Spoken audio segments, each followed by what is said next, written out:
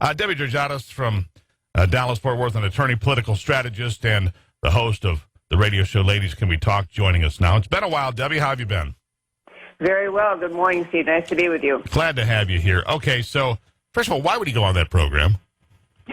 This is tied to why he gave that answer to start with. He's just politically naive and does not realize most of mainstream media will simply always work to set up a conservative to make them look bad. And I think, if you don't realize that going in, you think you just be your usual swaggering self, you're going to get caught. Well, he does know that media's rotten. He says it all the time, and yet he did it anyway.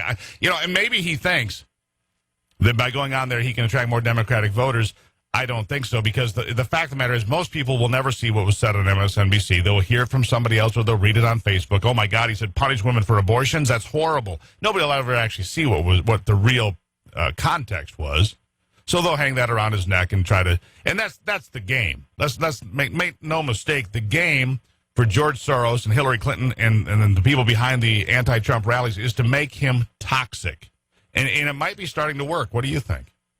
I think it is, and this particular issue is just so hard for the GOP, as you were saying just a few minutes ago. It's a very tough issue for the GOP. Very hard for GOP candidates to speak very much about abortion at all, and so to have this kind of hung over Trump's neck, and even though I did read that he, within a couple of hours, his campaign, Donald Trump's campaign, issued a statement clarifying it really was a complete reversal. He said, people providing abortions that are not legal should be prosecuted, not the woman. So he tried to back off, but I thought that the statement by Senator Cruz captured what the real lesson from this, which is this is just the latest demonstration of how little Donald has thought about major issues, because for the women's vote that's so hard for Trump to start with, he sends a further signal. He's just out of touch.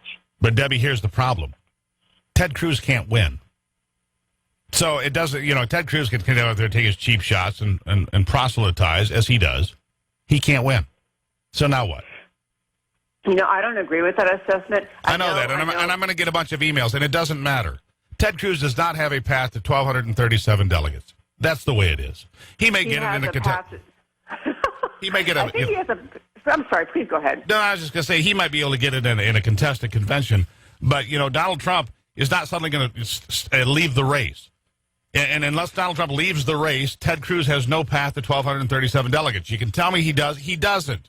And I don't have a horse in this race. I don't endorse Cruz. I don't endorse Trump. Kasich's a pain in my... anyhow, he does have no reason to be there. Cruz, mathematically, it's almost impossible. He has to get like 80% of the delegates going forward. It's not going to happen. You know what, though? He has a path to preventing Donald Trump from getting 1,237 delegates. And I think that really is the game at this point, because if they get to that convention and Cruz has managed to perform well in these upcoming primaries and prevents Donald Trump from getting to that magic number of 1,237, and so no one wins on the first ballot, then you get to this where it's maybe, and then I think the delegates will look at things like the trajectory, Cruz is doing better, Trump is doing worse. Sure. And Ted Cruz has made so many friends along the way in the Republican Party, he should just cruise to a second or third ballot nomination. Yeah, that makes a lot of sense. Come on, Debbie. Come on, you're a smart lady. You're smart. You know better than that. Actually, I will say this.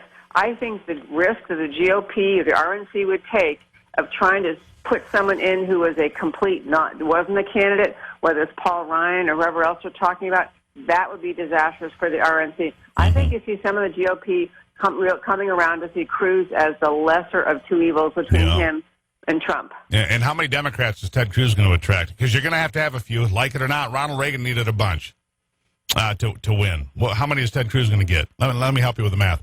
0.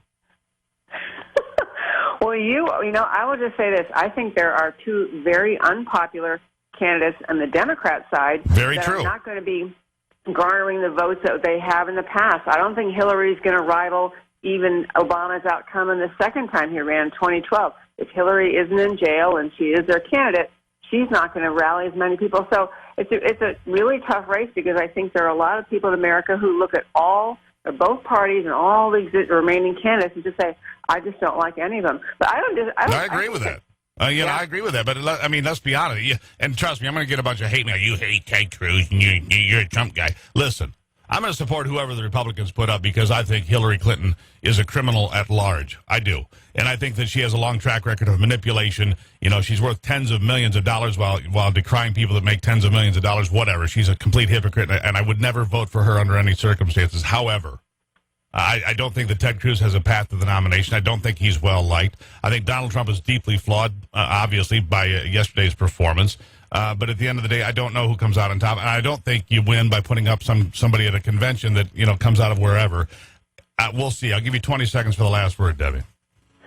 I think the folks in this race who are watching closely the GOP, on the GOP side, are getting concerned that Donald Trump simply can never win against Hillary Clinton. So you've got to get behind Cruz, whether he's your favorite guy or not.